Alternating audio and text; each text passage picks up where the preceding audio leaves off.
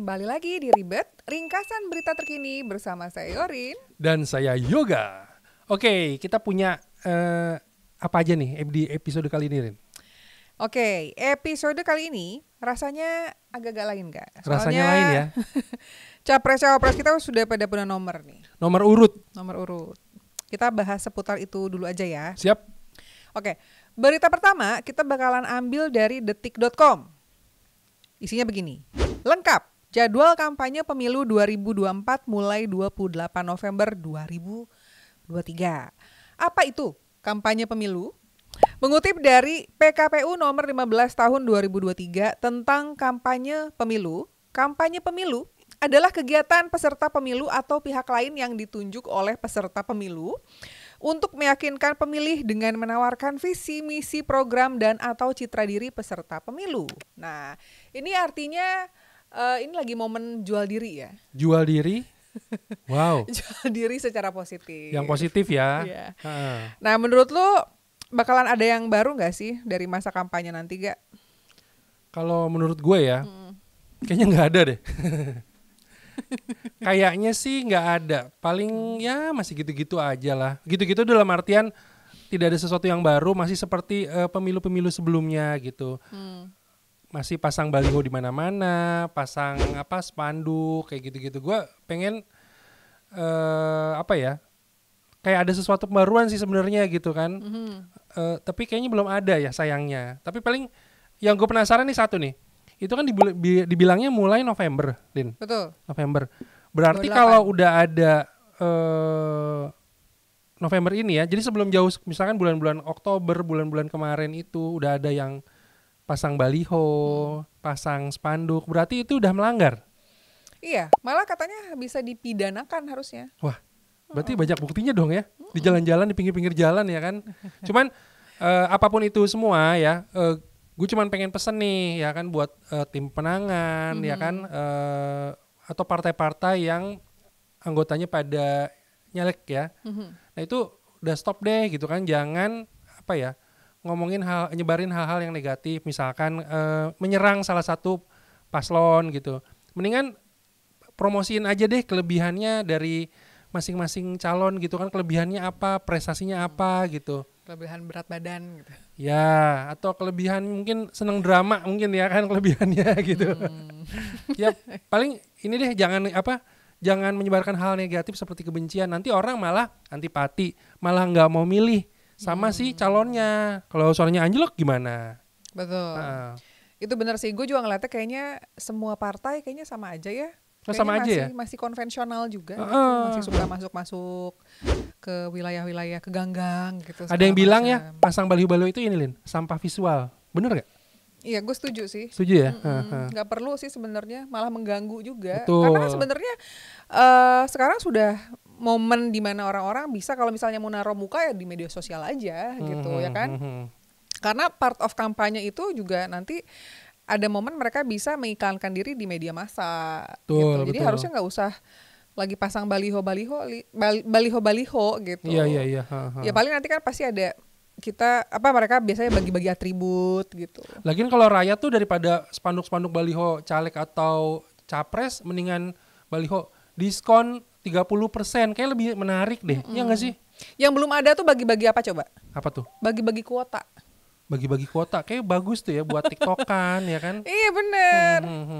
Kayaknya kalau misalnya bagi-bagi kuota tuh bisa, wah sekarang saya akan membagikan kuota, misalnya berupa chip, misalnya berupa card gitu, terus sudah diaktifkan, oke sekarang buka aplikasi langsung bikin konten tentang saya gitu, kan bisa ya sebenarnya. Kayak kuis ya, dibikin kuis ya. Gitu ya nggak sih, kan belum ada tuh, karena kuota kayaknya lebih berarti daripada bagi kaos. Iya, mana kaosnya tipis-tipis ya kan, kadang sablonannya murah, bau minyak tanah, bau bensin kadang, iya kan? Iya.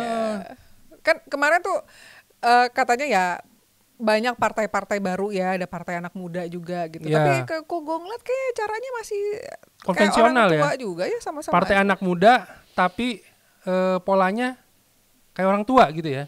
Iya, gue ngeliatnya belum ada perubahan dari kampanyenya. Jadi Emang gue nggak melihat ada perubahan. Kalau misalkan nih, kalau ada partai yang aku misalkan kayak anak muda gitu kan, lebih ke milenial atau apa Gen Z gitu, lo berharapnya mereka apa sih pendekatannya gitu? Gue nggak tahu ya, tapi menurut gue ya berhubung gue nggak mau ngasih ide sih, karena gue nggak dibayar di sini. Sayang ya, Iya, sayang ya sayang. bagi-bagi ide gratis ya. Hire dulu gue. Banyak ide. Tapi menurut gue itu nggak selling gitu, nggak Iya. selling anak mudanya gitu kan. Biasanya kan kita bicara mengenai kalau partai anak muda itu harusnya visioner gitu ya. Iya. Tapi gue tidak melihat itu gitu, belum ada. Dan ini harusnya jadi salah satu apa ya, kayak wah ada yang beda nih gitu, kampanyenya lain nih. Nah itu Oh, belum gue gua ngerti. rasain sih. Misalkan di antara misalkan caleg-caleg atau partai-partai yang udah tua gitu ya kan. Ini ada yang partai-partai ngaku anak muda nih, ada terobosan baru kayak mengedepankan suatu apa ya, kecanggihan teknologi misalkan, tampilan lebih keren gitu kan, atau ada kayak apa ya, menggunakan teknologi terkini kayak AI mungkin ya kan. Itu sih udah kayaknya. Udah ya. Kayak gitu-gitu pasti yang apa ya, pemilih yang muda pun jadi lebih tertarik gitu, Lin. Betul. Tapi ya mudah-mudahan ada yang baru lah. Masa gitu-gitu lagi sih, pasang baliho lagi. Beneran deh, baliho tuh sering, menurut gue malah kita tuh jadi kayak ajang masyarakat untuk ngebully sebenarnya. Iya betul. Ya enggak sih gitu, nyampah nih gitu. Kalau udah terlalu banyak mudaratnya gitu ya istilahnya ya, baliho itu ngapain sih masih dipasang gitu ya enggak Iya. sih? Maksudnya kalau emang niatnya untuk dikenal, ya budayakanlah menggunakan media sosial sebenarnya gitu. Media sosial tuh jangan dipakai buat menyebar hoax, buat apa-apa, tapi membuatlah biar kampanyenya berjalan dengan kreatif gitu. Dengan menyenangkan juga ya. Iya, dan ini adalah PR partai-partai untuk menggunakan media sosialnya dengan baik gitu. Kan Jangan namanya baliho aja, lagi. kan namanya aja pesta demokrasi, harusnya fun gitu kan. Jangan cuman bagi-bagi duitnya aja yang yang fun ya kan. Mungkin duitnya diganti, gambarnya bukan pahlawan. Kayak Nggak boleh Oh, dong, nggak boleh nggak ya? boleh. iya. Menurut kalian kalau kampanye lebih menarik kalau dikasih apa? Voucher. Kasih harapan. Dikasih harapan. Harkos, harapan kosong. Wah, ini kayaknya sering memberikan harapan kosong. Iya. Oh. Ya, itu udah biasa itu. Ya kan?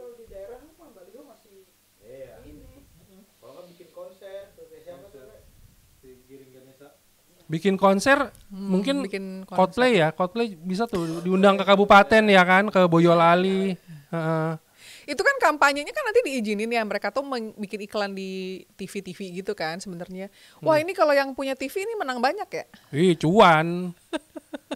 Gampang banget ya, berarti makanya itu dana kampanye dari timnya Bapak Surya Paloh mah menang banyak ya, karena nggak perlu ngeluarin biaya buat iklan di TV, harusnya gratis. Langsung di situ. Tapi gue sempat denger tuh Gimana? Pak Surya Paloh itu partainya memang tidak dipungut biaya ininya, calegnya.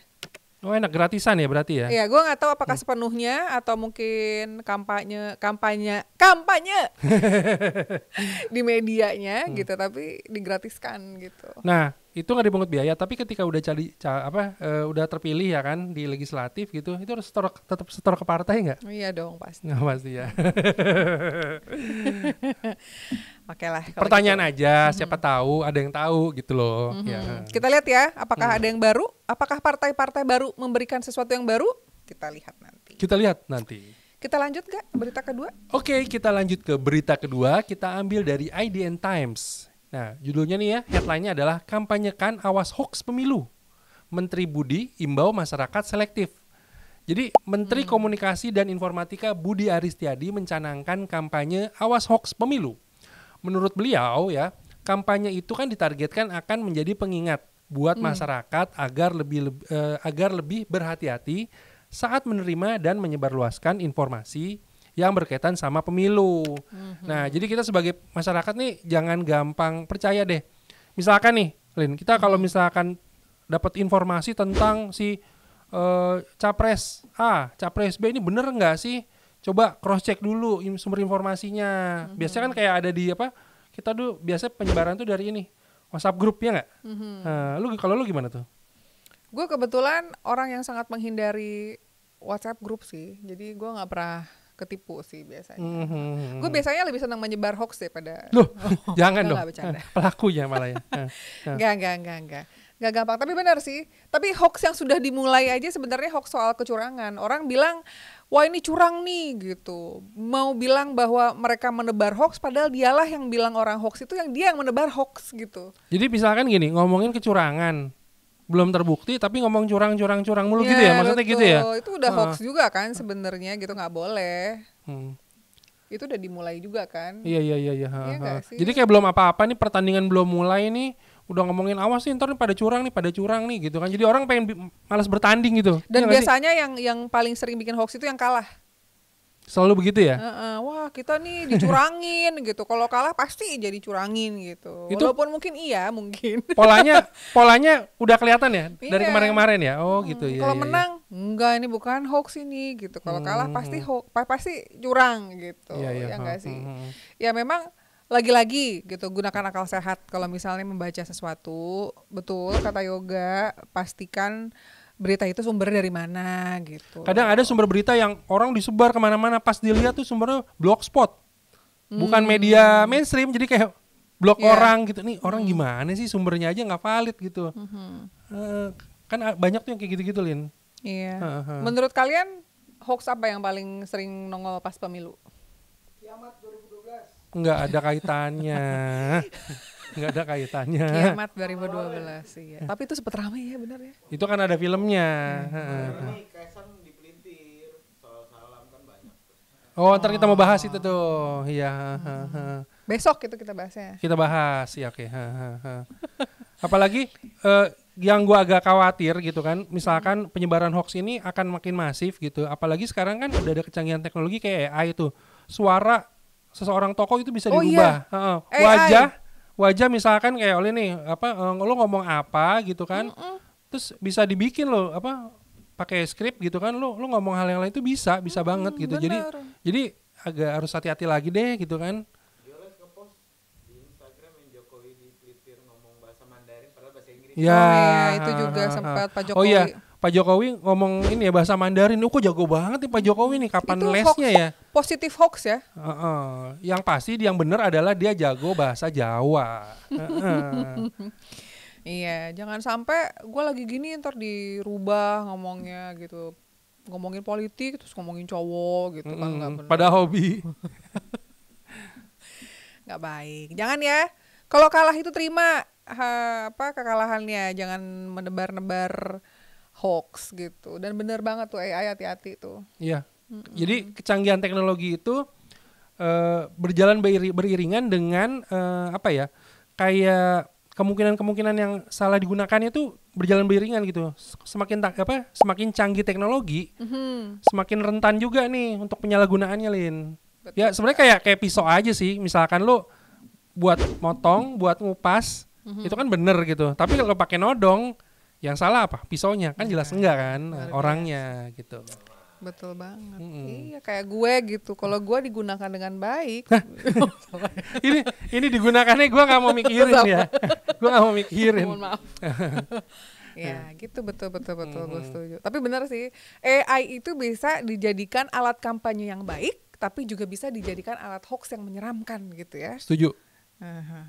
Oke, kalau gitu kita lanjut aja ya, Gak? Lanjut. Oke. Yang terakhir kita ambil dari CNBC Indonesia ya. Nah ini nih seru nih. Hasto PDI Perjuangan menangis. Nafas tersedak, cerita ditinggal Pak Jokowi. Nah kan padahal Pak Ganjar kemarin di pidatonya pas setelah ambil suara nih ya. Iya. Itu kan beliau sempat pidato ya. Gitu. Soal bahas drakor. Dibahas mulu drakor ini ya? Iya lah piye. Sekjennya aja nangis gitu, apa gak drakor juga ya? Ya kayaknya mirip-mirip drakor juga ya.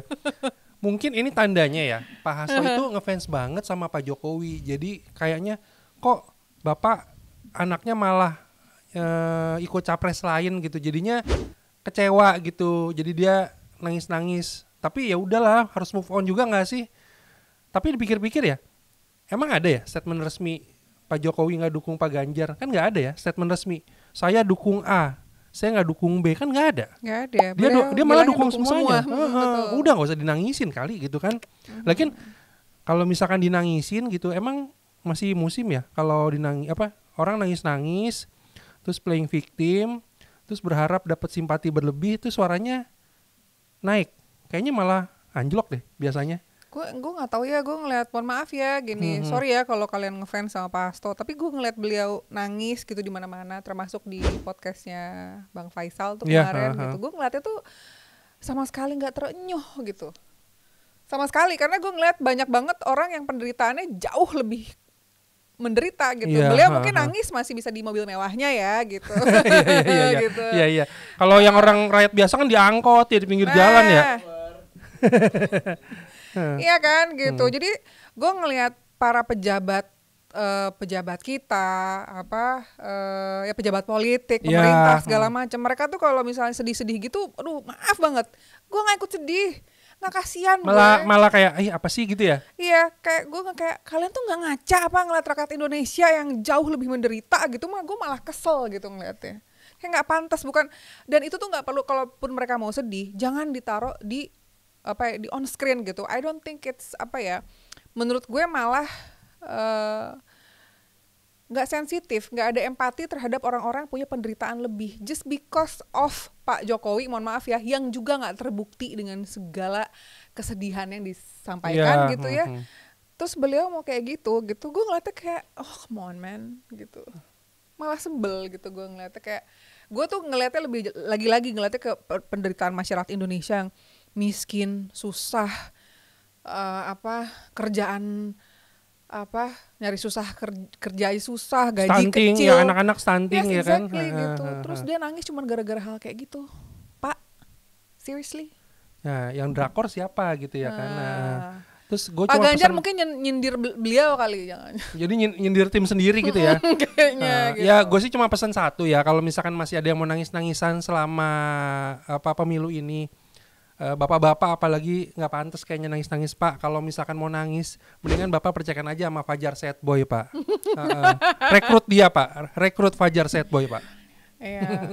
So many things lah in this world ya, kalau misalnya untuk dijadiin alasan menangis, itu bukan salah satunya sih menurut gue ya gitu. Mohon maaf, gue nggak ada hubungannya dengan personal, tapi melihat beliau nangis, menurut gue justru jadi nggak berkesan simpati sama hal-hal yang lebih penting dan krusial di negeri ini, gitu menurut gue. Gitu. Nanti malah dianggapnya air mata krokodil. Betul sih. Ya, kalian sendiri gimana ngelihatnya? Kalau misalnya ada pejabat kita gitu, pemerintah nangis, nggak kena, udah nggak kena ya. Kalau dikasih duit baru kena nih. Iya benar. Beda urusan itu. Ya memang sih nangis itu kadang-kadang juga bukan bentuk sedih sebenarnya, bisa bentuk marah sebenarnya. Iya, ungkapan, ada juga orang yang saking bahagianya gitu kan nangis. Iya, ya kan? ada juga yang karena haid gitu. Ya, PMS, bisa juga. PMS gitu, karena sensitif, belum apa-apa udah capek. Oh, Pak Hasto ini banget kali ya, ngefans sama Pak Jokowi tapi nggak perlu di depan layar. iya. Bukan sesuatu yang harus ditangisin nggak sih? Ya nggak sih? Dia nangis nggak apa-apa, ya nggak usah. Kalau emang dia mau nangis sendiri aja, nggak usah lo frontan aja. Bagus tuh kalau mau nangis sendiri aja. Biasanya nangis yang dramatis itu sambil keramas di bawah pancuran sahur. Wah, itu keren banget sih gitu kan. Ya kita ngerti beliau sedih, oke, fine. Tapi lagi-lagi sampai sebegitunya tuh kesannya jadi kayak nggak perlu kayak nggak perlu banget gitu. Kalian pertanyaannya adalah sedih nggak sih kalau ngelihat masyarakat kita yang susah-susah itu gitu. Kedua, enak nggak sih nangis di mobil mewahnya? Itu aja. Ya, Yoga diam aja, udah ya. Saya juga mau nangis juga soalnya. Ya kan kasihan orang nangis di ojek gitu ya, nangis di bawah pohon rindang gitu. Ini di tempat as. Nangis lihat saldo ya kan, tanggal tua itu nangis orang-orang ya kan. Nih kok rekening kayak mangkok ya, ditaro numpang lewat, ditarik habis kosong, taro habis. Kayak Iya, gitu. with all due respect lah Pak, tolong lah Pak, jangan kayak gitulah, nggak perlu lah Pak, gitu aja. Udah. Iya, katanya banteng, geruduk gitu, ya kan? Terus itu silahkan berdiskusi Pak Ganjar gitu. Gimana menurut Anda kalau misalnya itu bukan drakor apa? Gitu, gue pengen tahu aja, ya kan? Drakor banget itu malah. Yang drakor tuh yang nangis-nangis itu kan. Iya, kalau kita bicara mengenai drakor nih, Pak Ganjar juga harus paham drakor atau dinamika politik. Kalau dinamika politik itu memang suka aneh-aneh tanpa membenarkan dinamika politik yang ada sekarang ya. Iya. Karena memang banyak keganjalan dari apa keputusan MK dan lain-lain ya. Gue juga setuju kalau hal itu. Tapi Pak Ganjar juga jangan asal gitu, jangan sampai orang tuh apa mengarah ke sesuatu yang justru tidak sesuai dengan substansinya gitu, nggak baik. Aja. Kalau udah berjalan, apalagi nih kan proses kampanye, ya udahlah gitu kan. Kalau hal itu masih dibahas-bahas, kayaknya ya itu gagal move on. Kita lihat nanti siapa yang paling drama, oke? Oke, sekian ribet kali ini agak ya. Ya, Sampaikan pandangan kalian di kolom komentar. Bye bye. bye bye.